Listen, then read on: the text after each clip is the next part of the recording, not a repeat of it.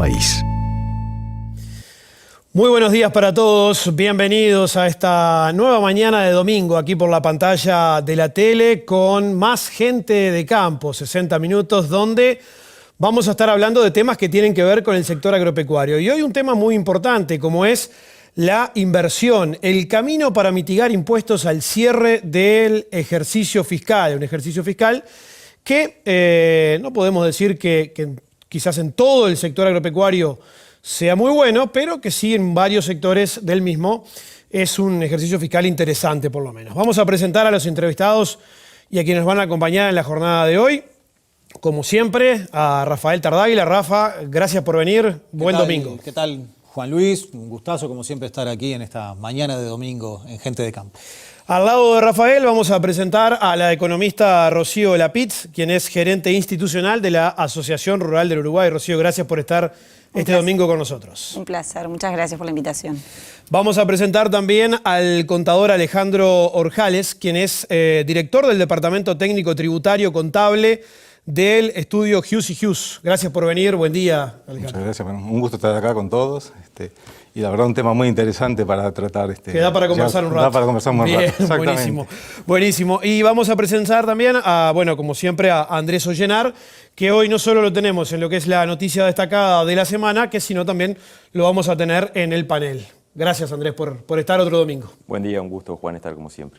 Bien, nos vamos a ir ya a lo que es la noticia destacada de la semana, que es presentado por Clipex para su promo. Solo 3 días, con súper descuentos desde mañana lunes, martes y miércoles. Recuerde, 3 días de descuento.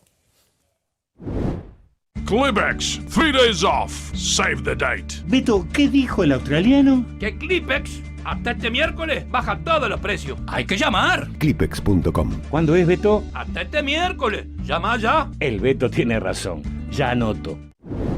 Bueno, Andrés, y vamos a hablar en el destacado de la semana de lo que tiene que ver con la lechería tras la recuperación del sector.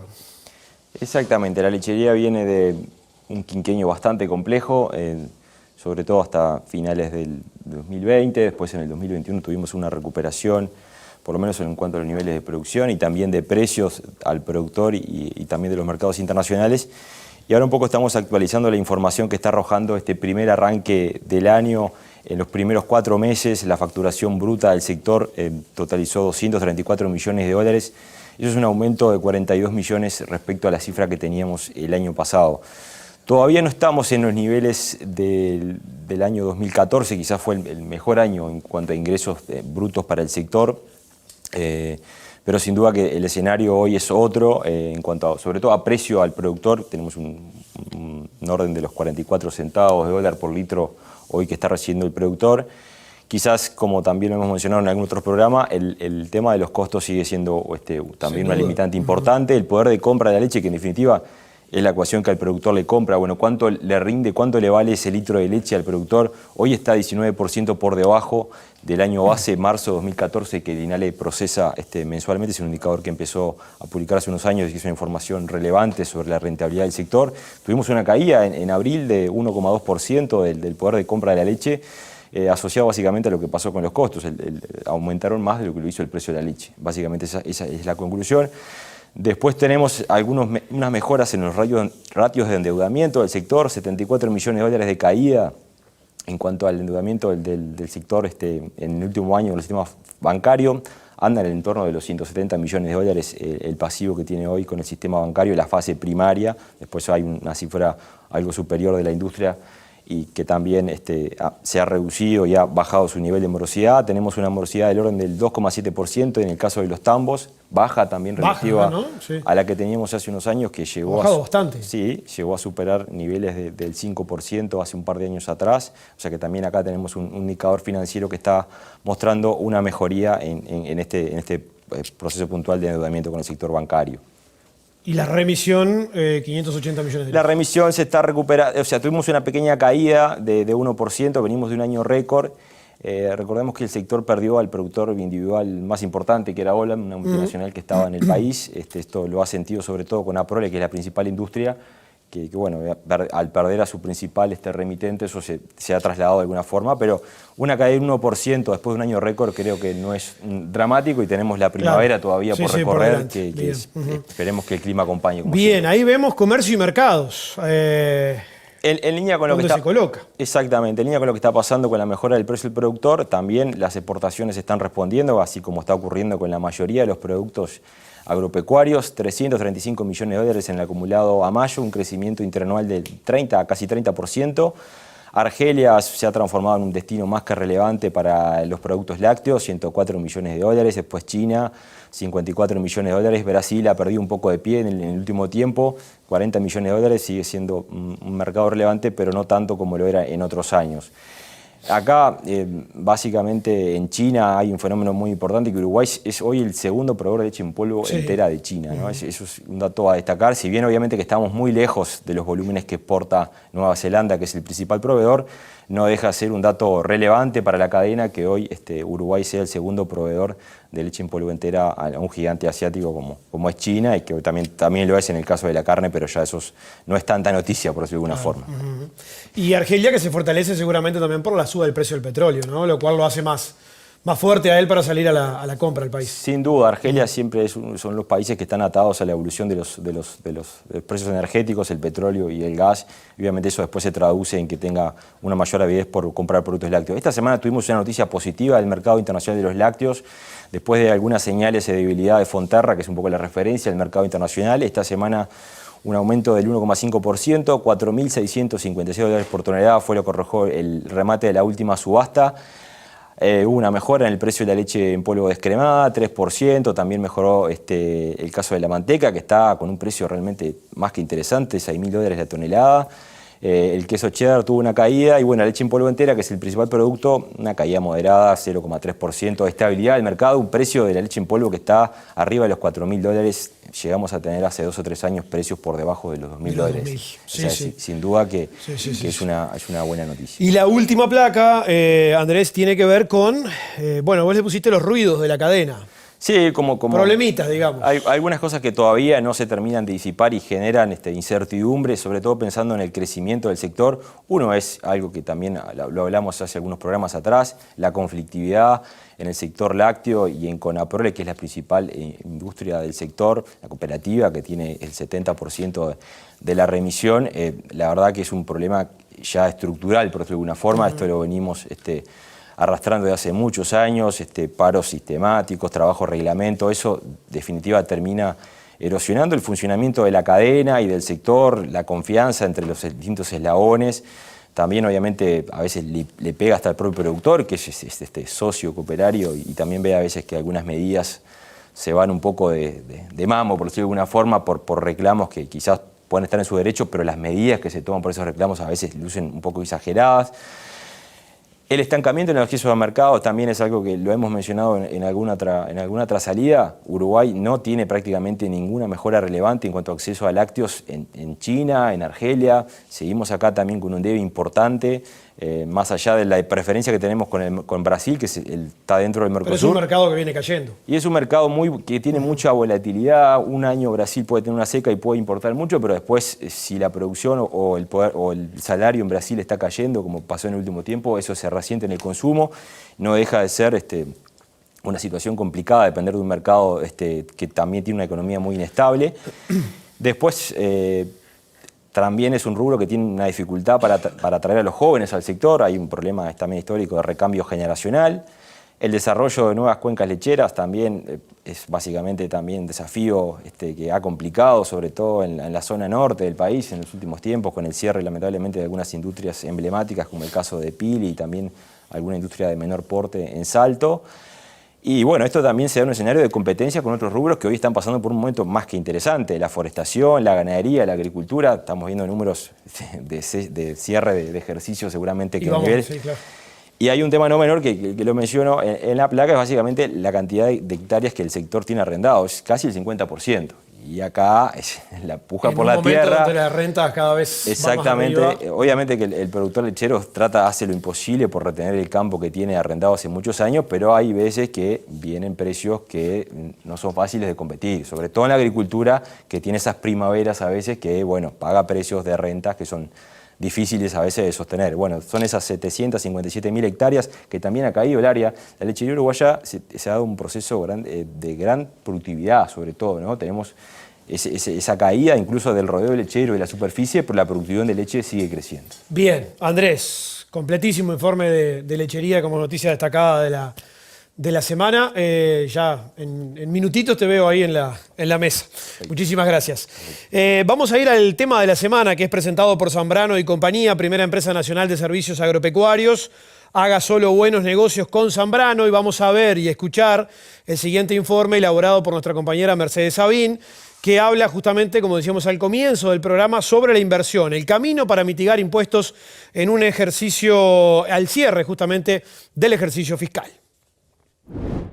Zambrano Haciendas, Campos, Insumos, Remates por pantalla, equinos, lanas, propiedades, inversiones agropecuarias. Zambrano y Compañía, un lugar de buenos negocios.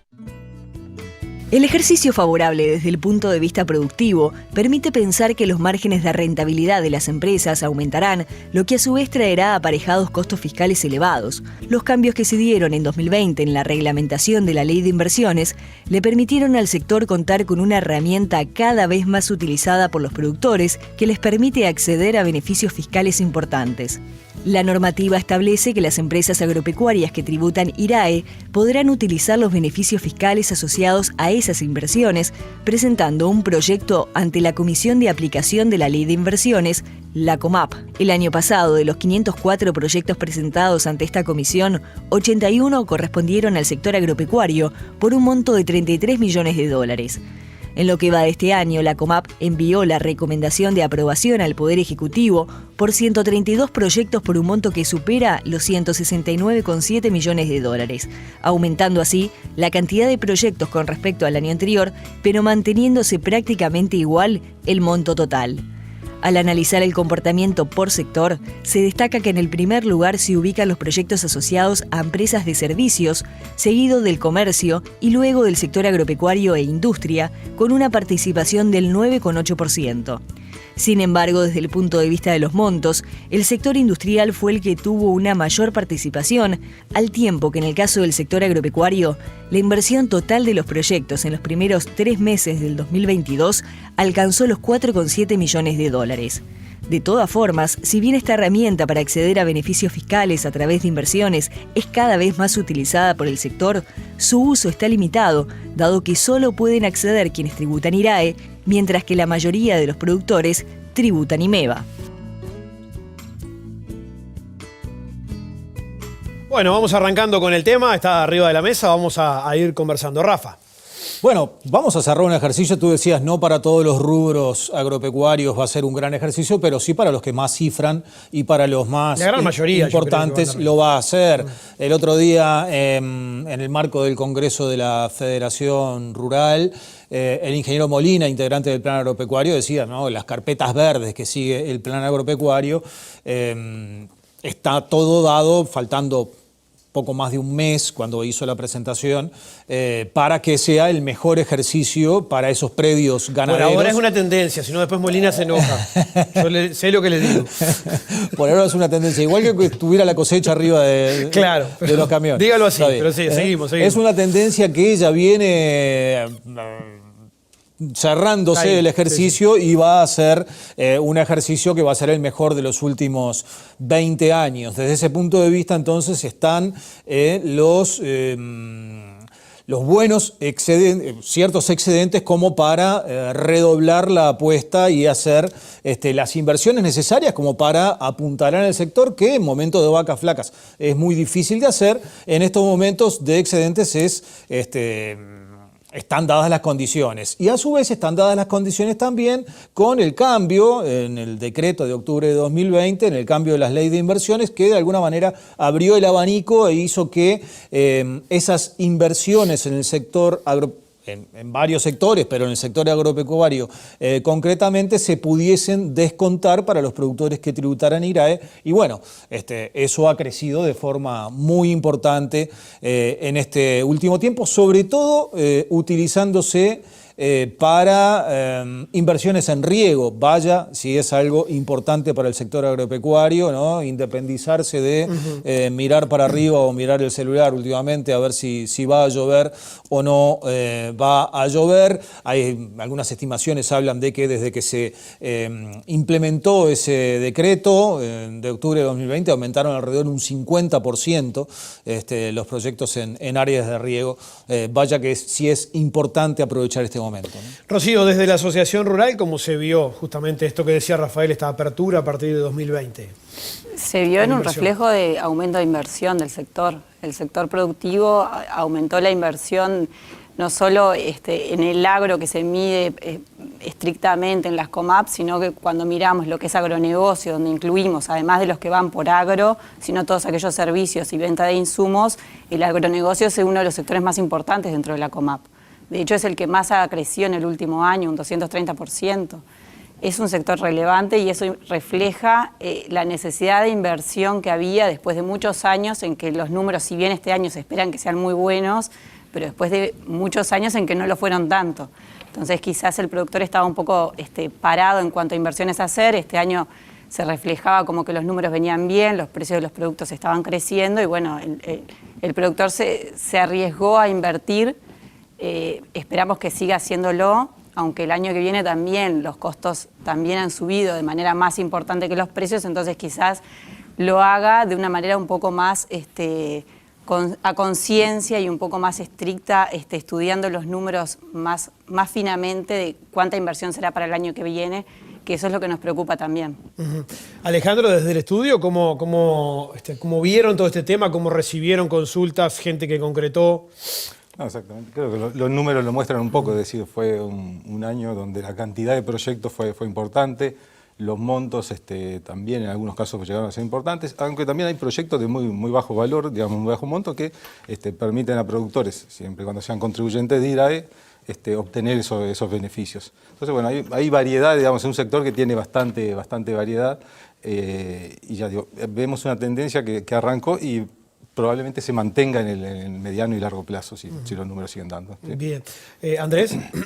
No, me quedé con algo que comentaba Rocío, bueno, de este impulso y que efectivamente fue bastante comentado, sobre todo en la Expo Melilla por el presidente de la ARU, Gonzalo Valdés, que mencionaba que se quedó con gusto a poco y vio como una señal quizás negativa que no se incorporaran las pasturas al régimen COMAP, porque en definitiva eso iba a ser una atracción más que importante para el mejoramiento y la productividad del sector agropecuario. No sé qué reflexión te merece después un poco de que pasó ya unos meses de ese episodio, pero sin duda me imagino que eso les haber pegado porque tenían mucha ilusión de que efectivamente saliera una herramienta más potente para avanzar en el mejoramiento de los campos. Sí, de hecho se esperaba que saliera esa reglamentación, porque la realidad es que la ganadería está en cifras récord de faena y para seguir creciendo en realidad necesita más pasto. Más comida es la única manera de crecer, llegar a los 3 millones de terneros, aumentar la productividad. Valdés lo dijo el Melilla y después lo sigue recalcando. El tema es que tenemos comercio, tenemos carne para vender a donde queramos. La industria tiene capacidad instalada para seguir procesando esa carne, pero la limitante que tenemos es seguir creciendo en el sector productivo y eso es en base a pasturas. Básicamente. ¿Por qué analizas que no salió, que no se incluyó? Bueno, es un tema de definición de política, digamos, sí. Porque de hecho, por ejemplo, todos los costos de implantación de árboles frutales o arbustos frutales están comprendidos. Entonces, bueno, o los plantines, se considera parte de la inversión elegible. Es un criterio, una política a definir, principalmente podría ser por parte de la COMAP directamente, incluirlos en la próxima revisión. ¿Se incluye? No, sería un criterio a definir, tendría que tomar la decisión e incluirlo, digamos. Te ponía un ejemplo como que, digamos, los costos de plantines y de y de árboles frutales, todos esos costos están incluidos como dentro del beneficio, digamos, dentro de inversión elegible. Bien, perfecto. Nos vamos a ir a la primera pausa. Antes les decimos que nos pueden seguir en nuestras redes sociales. Obviamente, esto es la introducción del tema, después vamos a desarrollarlo. Twitter, Instagram y Facebook como Gente de Campo UI. Además, se pueden ver los programas anteriores en la web y también en el canal de YouTube de Gente de Campo UI y también en tele12.com. La pausa y ya regresamos. Tu equipo. A la reposición, como siempre, la tiene con Indarte en Plaza Rural. Calidad y cantidad en todo el país. Y recuerde, porque somos un gran equipo, la mejor oferta la tiene en Plaza Rural con Indarte.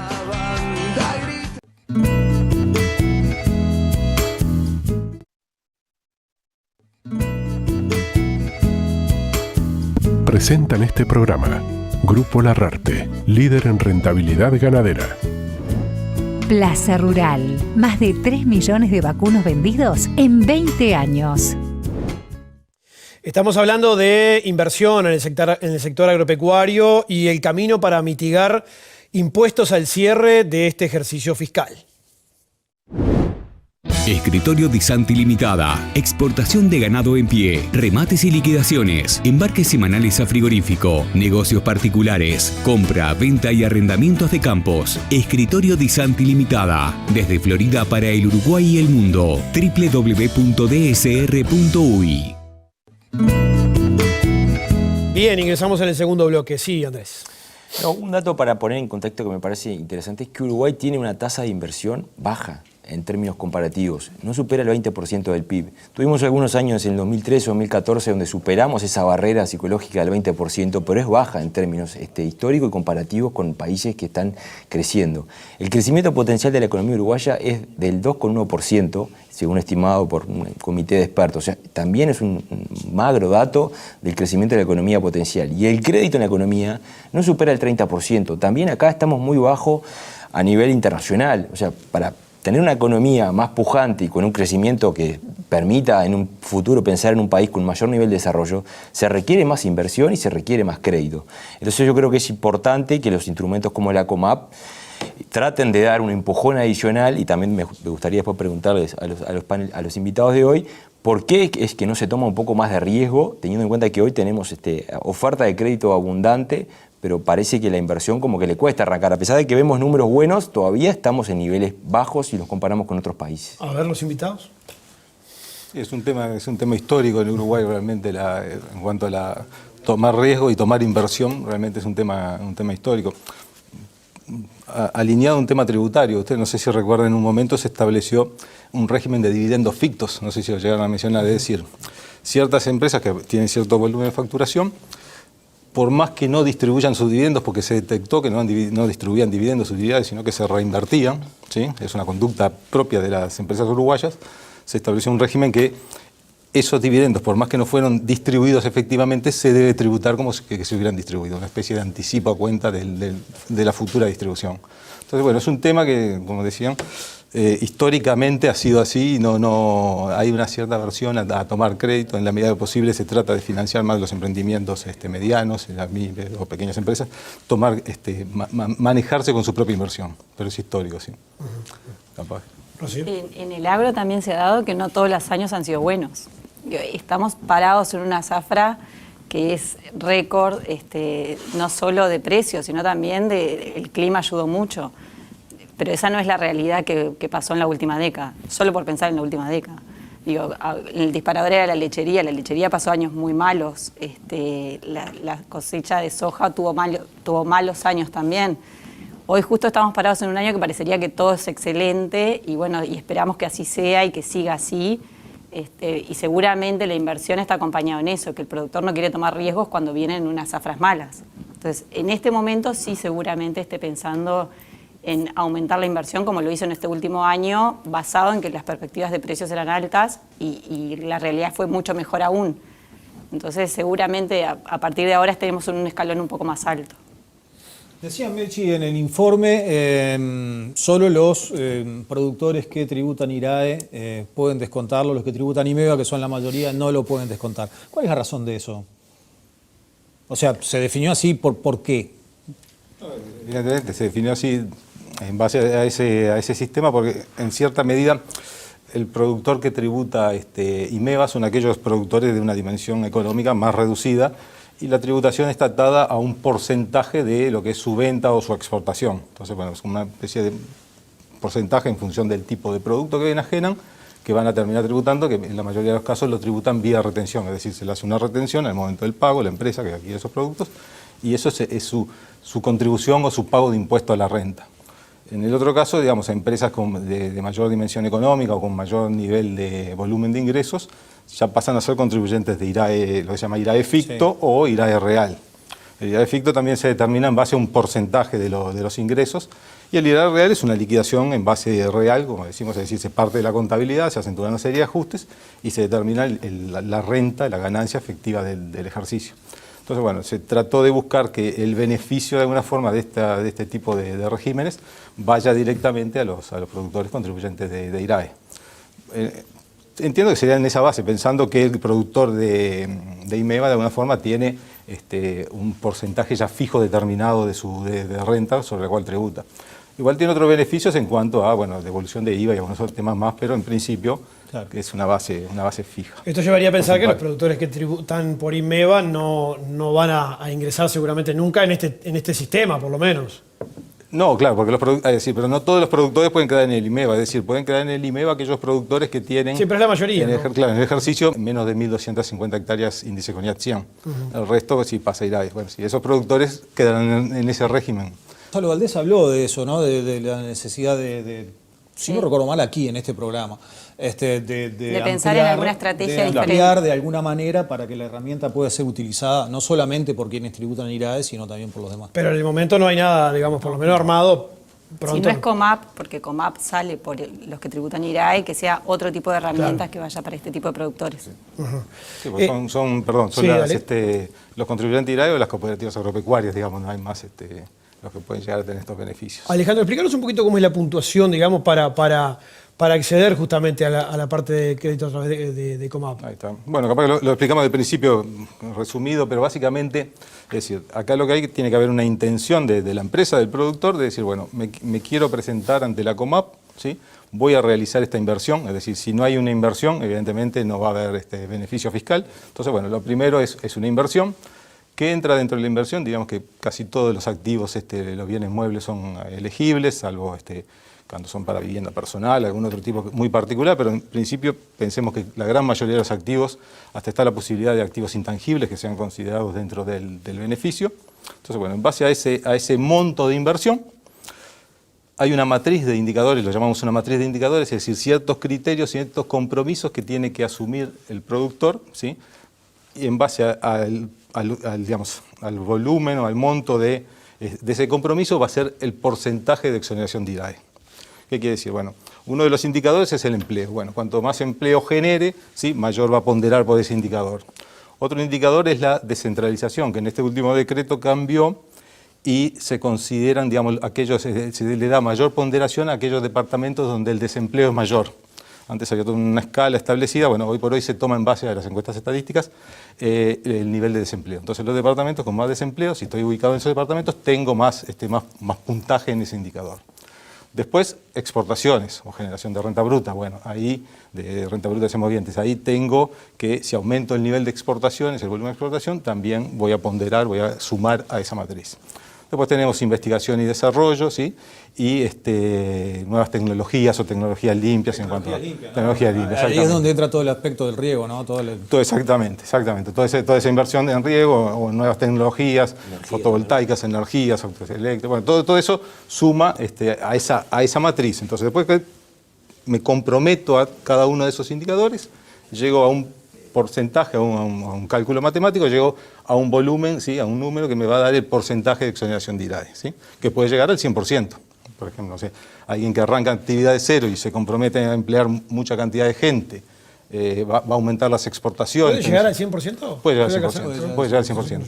Principalmente, en la mayoría de los casos, se da en los casos donde, como te decía, hay una inversión de cero. Entonces, bueno, como estamos viendo acá, una fábrica, arrancamos de cero, una inversión de mucho volumen, con mucha cantidad de gente empleada que va a dedicar todo, vamos, el supuesto, todo a exportar. Bueno, tiene la posibilidad de llegar al 100%, y el periodo para utilizar ese beneficio es bastante alto. Digo, ¿Cuál es el periodo máximo? 5 años, ¿no? El periodo que se da ventana para descontar el crédito fiscal. 4.25. Claro, tenés hasta 25 años para descontar. Claro, pero es en función, es decir, ese 25 surge en función del volumen del proyecto y los indicadores, es decir, no es... Claro, no es que para todos 25, pero puede llegar a ser hasta 25 años. Eso es otro de los cambios de este decreto del 2020. Y otro de los cambios importantes es lo que se llama la matriz simplificada, que solo mira el empleo. Entonces, en función del volumen de la inversión, ¿sí? Arrancan 3,5 millones de UBI y el aumento de 3 puestos de trabajo ya me genera, me asegura un 40 y pico % de devolución del IRAE. Ese fue un cambio importante que hizo el Ministerio de Economía, buscando obviamente traccionar el empleo. Fue un cambio de toma de decreto, exactamente. Que bueno, con el régimen anterior quizás no. Claro, porque cada uno de los indicadores pondera distinto. Claro. El que más pondera, es decir, a ver, siempre está asociado a las necesidades y a las definiciones de política económica del momento. Entonces, lo que más se buscaba en ese momento, pre-pandemia o en pandemia, era fomentar el empleo. Entonces, el que más pondera del indicador en los indicadores, es el empleo, 50%. Después los otros tienen su ponderación, pero es menor. ¿Y los plazos, Alejandro, cuánto más o menos hay que pensar en promedio para que se presenta el proyecto en la ventanilla y que se aprueba? No, los plazos a veces demoran un tiempo, pero lo bueno que tiene este sistema es que las inversiones que hiciste durante el ejercicio, suponete que vas a presentar en este ejercicio, las inversiones que hiciste durante el ejercicio o en los 6 meses anteriores quedan comprendidas en el proyecto. Entonces, bueno, si bien hay plazos, quedan comprendidas. Y son las inversiones que haces hasta el momento de presentar la declaración jurada anual.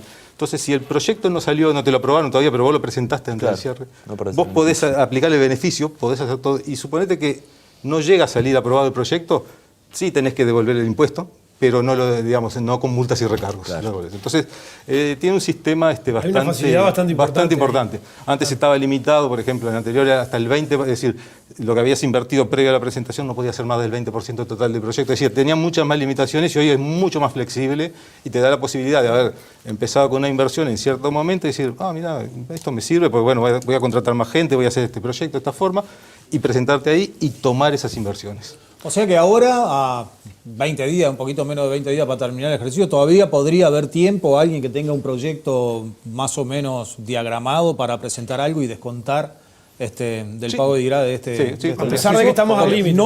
No hay que esperar a que esté aprobado, ¿no? Y si no llegara a ser aprobado, tenés que devolver el impuesto, pero tenés desde que sale la resolución de COMAP no aprobándote un plazo para pagarlo sin multas y recargos.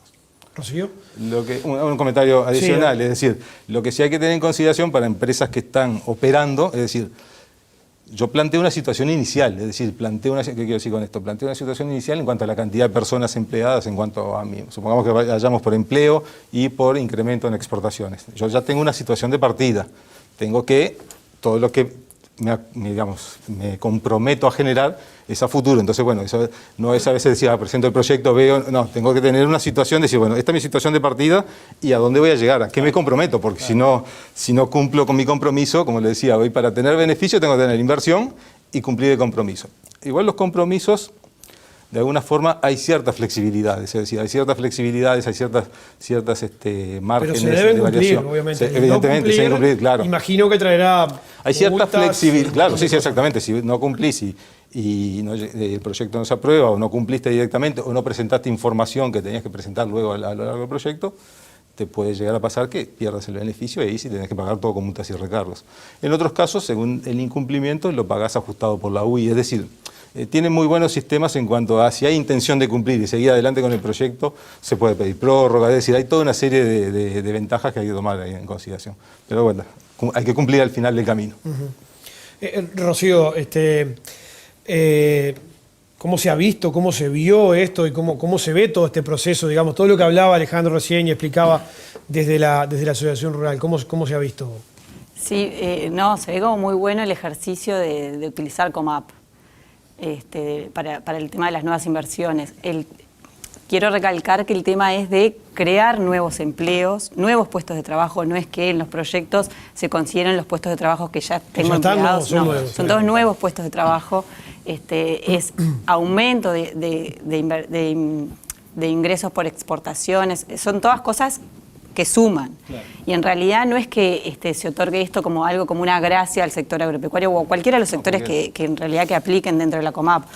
es porque el Estado también pretende tener aumento de ingresos por exportaciones, aumentos de renta, aumento de ingresos de otro tipo, o sea, y aumentar los puestos de trabajo. Claro, que mueva todo. O sea, es una inversión que hace el Estado, pero porque tiene, claro, no es que se le da una gracia. Con el fin de obtener más resultados, claro, es eso. Los economistas, desde el punto de vista de los economistas, dicen, bueno, es un sacrificio que hace el Estado con la intención de que los agentes económicos, ¿sí?, generen externalidades positivas, es decir, derramen sobre la sociedad ciertas ventajas, ciertos beneficios. El costo fiscal de esta renuncia en realidad es mucho menor de los beneficios que se obtienen para toda la sociedad. Claro, de hecho, en el último año los aumentos en el empleo, en la industria frigorífica, por ejemplo, fue de un 25%. O sea, el agro sigue aumentando su inversión en el sector productivo, es el que plantea las COMAP o la industria, pero tiene su aumento en otros sectores y es el derrame que se le dice o lo que deriva del sector productivo primario.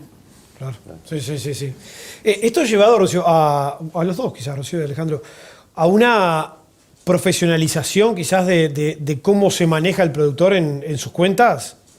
Y bueno, exige. Exige, por eso, el que no está en eso no puede. No puede hacerlo, no accede. No hay manera. Sí. Exige estar preparado contablemente, asesorado por un estudio para poder presentar los proyectos, de manera de cumplir con cada uno de los puntos dentro de las categorías, y además exige que las inversiones también puntean más en el empleo, en las tecnologías más limpias, en las certificaciones de calidad, todo ese tipo de cosas cuentan. Entonces es un productor más eficiente y está en esos puntos también. Andrés. Le quiero consultar a Alejandro si puede haber alguna sorpresa en el pago del impuesto al patrimonio este año en función del incremento que ha tenido el índice por el cual se ajusta el valor catastral de los inmuebles. No, que yo sepa, digamos, que haya escuchado, no, digamos. ¿Sorpresa? ¿Vos decís algún cambio normativo? No, cambio normativo. Me refiero a que el índice de precios de información de agricultura muestra un incremento del, si no recuerdo mal, del 28%. Y eso obviamente se calcula sobre el valor catastral del inmueble, ¿no? Sí, exactamente. Y al tener un crecimiento tan fuerte de los precios, obviamente al productor la cuenta le va a cerrar que va a tener que pagar un poco más, seguramente. Sí, a ver, la normativa al respecto es clara. Debería ser una definición del Poder Ejecutivo de hacer alguna modificación, algún cambio al cómputo de la determinación de criterios. Claro, parece poco probable que se haga una modificación. Y tendremos que esperar a la rendición de cuentas si trae alguna, que está próxima a salir, si trae alguna novedad, pero difícil que sea directo, digamos, que aparezca en forma directa, o al menos no se ha mencionado nada. Claro, y también, Rocío, te pregunto, porque este es un impuesto que el agro ha cuestionado también, ¿no? Históricamente el sector ha cuestionado estos impuestos ciegos al patrimonio que muchas veces no tienen que ver con cómo le está yendo la actividad, e incluso el propio ministro de Ganadería se ha expresado que él es partidario de ir hasta un IRAE más variable, quizás con otras franjas, y reducir la carga de los impuestos ciegos. No sé si tenés alguna expectativa de que en lo que queda este gobierno se pueda hacer algún ajuste sobre estos reclamos históricos desde el sector. No, en realidad lo único que tengo son los anuncios en prensa, que puede haber una revisión tributaria del agro, pero no para esta rendición de cuentas, sino para la rendición de cuentas del año próximo. Y bueno, el ministro siempre fue de que el impuesto al patrimonio no era un impuesto muy bueno, pero bueno, no, son todos anuncios de prensa que todos escuchamos, de que puede haber una revisión tributaria del agro en particular para el año siguiente.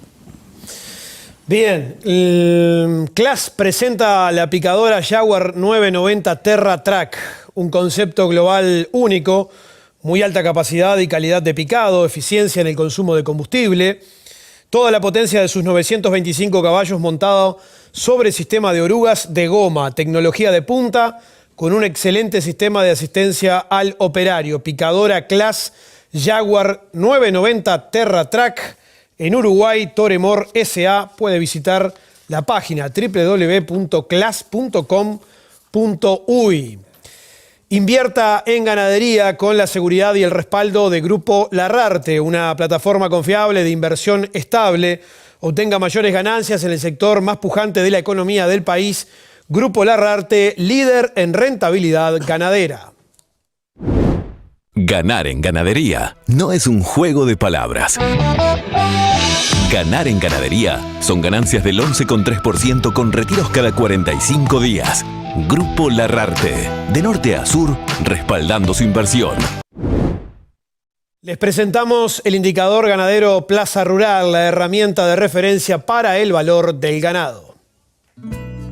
Plaza Rural presenta IPR, Indicador Ganadero Plaza Rural, la herramienta de referencia para el valor del ganado. El promedio de la invernada fue de $2,69 el kilo, un 6,6% a la baja con respecto al remate anterior y un aumento de 42,8% con respecto al mes de abril de 2021. El promedio general fue de $2,64 el kilo, un 3,8% a la baja con respecto al remate anterior y un aumento de 41,5% con respecto al mes de abril de 2021. En tanto, el promedio de la cría fue de $2,55 el kilo, lo que implica un ajuste de 2,1% a la baja con respecto al remate anterior, un aumento de 39,5% con respecto al mes de abril de 2021 y es de destacar el 99% superior al registro histórico. Plaza Rural. Más información, mejores negocios. La pausa, luego de la misma ingresamos en el último bloque de Gente de Campo. Opa, ¿qué se celebra hoy acá? ¿Me puedo sumar? Yo brindo por el amor. Yo brindo por la amistad. Y yo brindo por mis secretos. Vinos Rosés. Y ya no hay más secretos.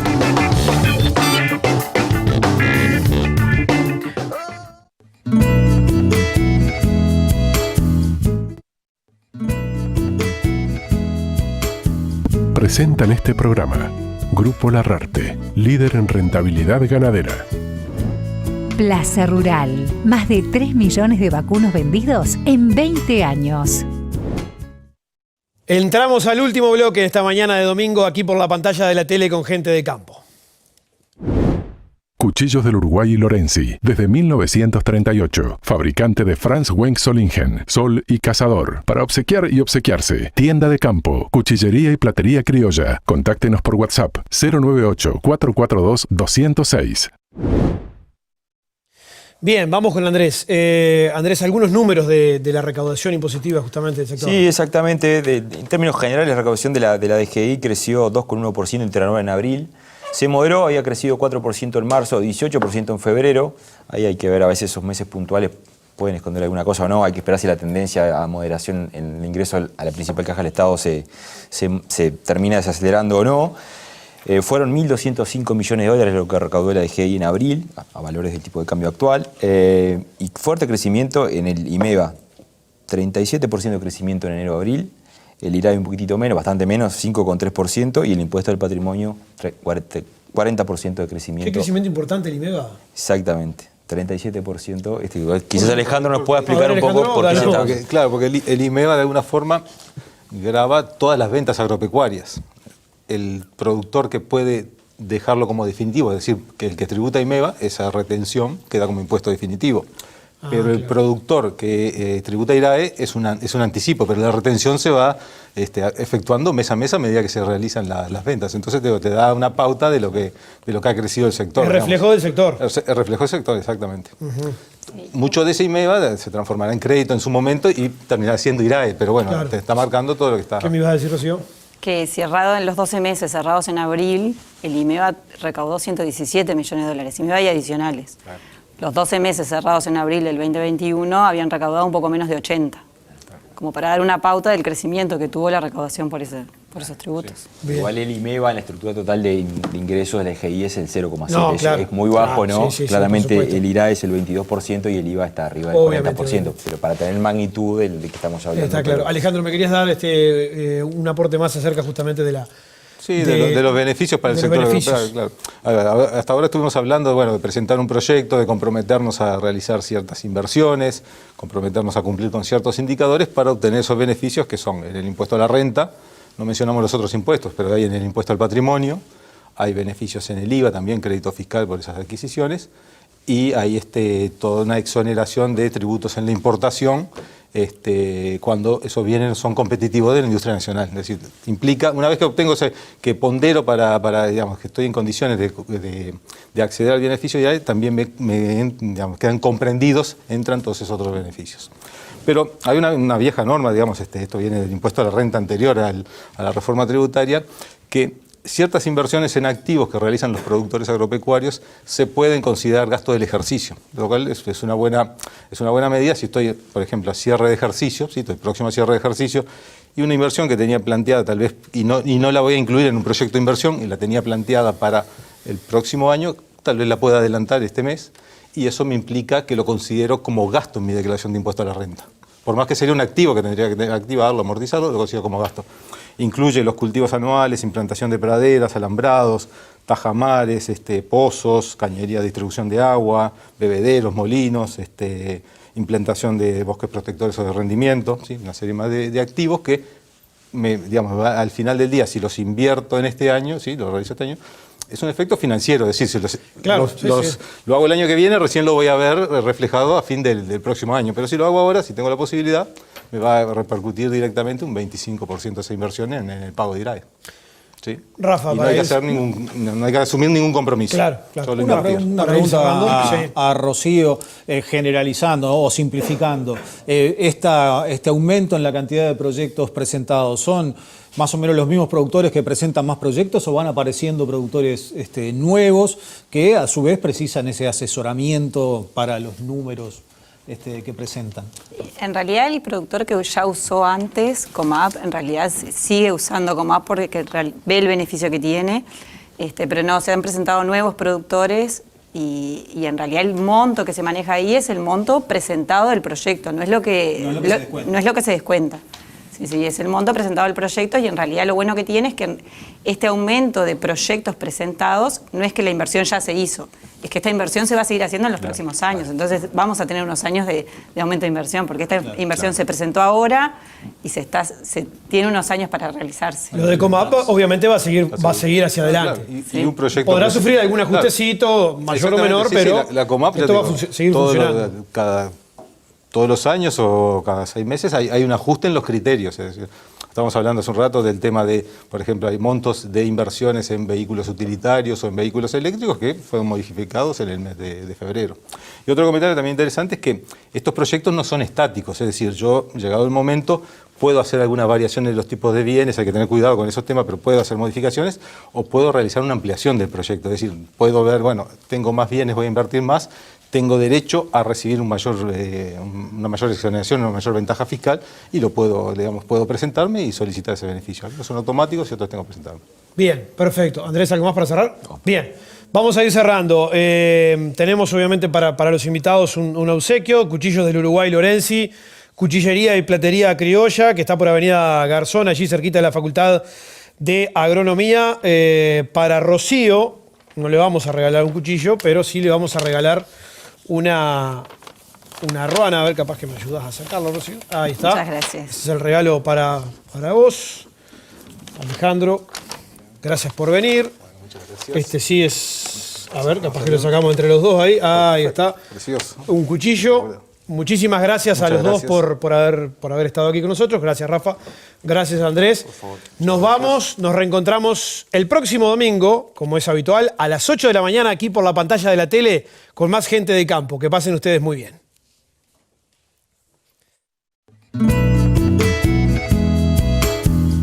Fue una producción de Inversa, Comunicación y Desarrollo, y Álgebra, Comunicación aplicada al agro.